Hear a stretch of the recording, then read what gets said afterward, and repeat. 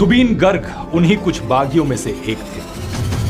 असम में दोस्तों 19 सितंबर 2025 का दिन हमेशा के लिए इतिहास में दर्ज हो गया है। उस दिन समुद्र की लहरों ने सिर्फ एक इंसान को ही नहीं बल्कि एक पूरी पीढ़ी की आवाज को अपने अंदर समा लिया। जुबीन गर्ग का नाम हर गली नुक्कड़, हर त्योहार, हर दिल की धड़कन में बसा था। जैसे ही जुबीन गर्ग की मौत की खबर आई, पूरा आसाम थम गया। कॉलेज स्टूडेंट से लेकर सिक्योरिटी में तैनात पुलिसमैन, सोशल मीडिया इन्फ्लुएंसर से लेकर ऑफिस जाने वाले लोग, कोई भी अपने आंसुओं को रोक नहीं पाया। Zubinda voiced our love and heartbreaks, but he also voiced our desperation and frustration at a failing system in society. Offices बंद हो गए, सरकार को 3 दिन की ऑफिशियल मॉर्निंग अनाउंस करनी पड़ी और जब जुबीन की बॉडी आसाम पहुंची तो इसकी एक झलक पाने के लिए लाखों लोग सड़कों पर आ गए।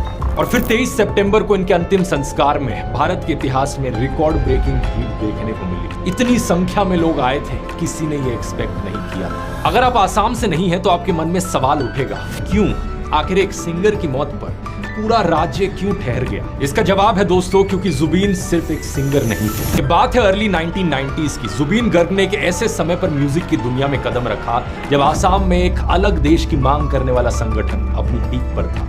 United Liberation Front of Assam, short form ULFA. Assamese लोगों की एक पूरी जनरेशन एक अलग देश की मांग के लिए हथियार उठा रही थी। उल्फा के खिलाफ आर्मी का ऑपरेशन बजरंग अभी खत्म ही हुआ था, जो अपने पीछे रिप्रेशन और एट्रोसिटीज की डरावनी कहानियां और आसाम के युवाओं में एक गहरी निराशा छोड़ गया था। चारों तरफ हिंसा का माहौल था और इसी माहौल में 1992 में जुबीन की पहली एल्बम अनामिका आती है।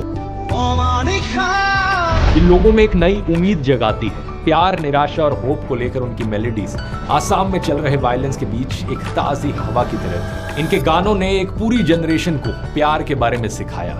अनामिका आसाम की पहली रॉक एल्बम थी। ये एल्बम रिलीज होते ही इंस्टेंट हिट साबित हुई और जुबीन रातों रात एक स्टार बन गए। अगले कुछ सालों में जुबीन एक के बाद एक हिट देते गए और पूरी तरीके से आसाम के लोगों की इमेजिनेशन पर छा गए। खास तौर पर युवाओं में इनकी लोकप्रियता सबसे ज्यादा थी। जुबीन के गाने आसाम की वादियों, खेतों और चाय के बागानों में गूंजने लगे। हर मौके के लिए जुबीन का एक गाना था और इन गानों ने लोगों को निराशा के बावजूद अपनी जमीन और अपने कल्चर से प्यार करने की वजह दी। कहा जाता है कि 1990s में आसाम को जुबीन की जरूरत थी। उन्हें एक ऐसा सिंगर चाहिए था जो उनकी कॉन्ट्रडिक्शंस, उनकी इनसिक्योरिटी और उनके कल्चरल प्राइड को गानों के जरिए बयां कर सके।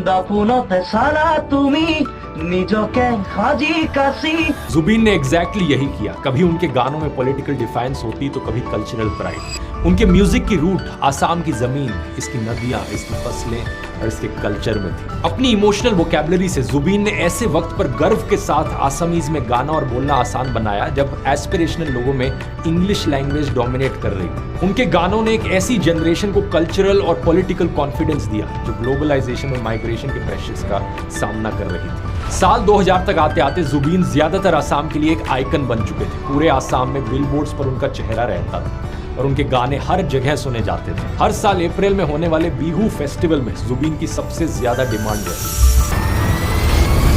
इसी बीच जुबीन बॉलीवुड में काम करने के लिए मुंबई भी पहुंचे और 2006 में गैंगस्टर फिल्म के या अली गाने ने उन्हें देश भर में फेमस कर दिया। असम से बाहर ज्यादातर लोग उन्हें इसी गाने के लिए जानते हैं, लेकिन इसके अलावा भी उन्होंने क्रिश में दिल तू ही बता जैसे कई और हिट गाने भी दिए थे। लेकिन सबसे दिलचस्प बात यह है कि जब वो बॉलीवुड में अपने करियर में अपनी पीक पर थे, तभी उन्होंने मुंबई को छोड़ दिया और आसाम वापस आ गए।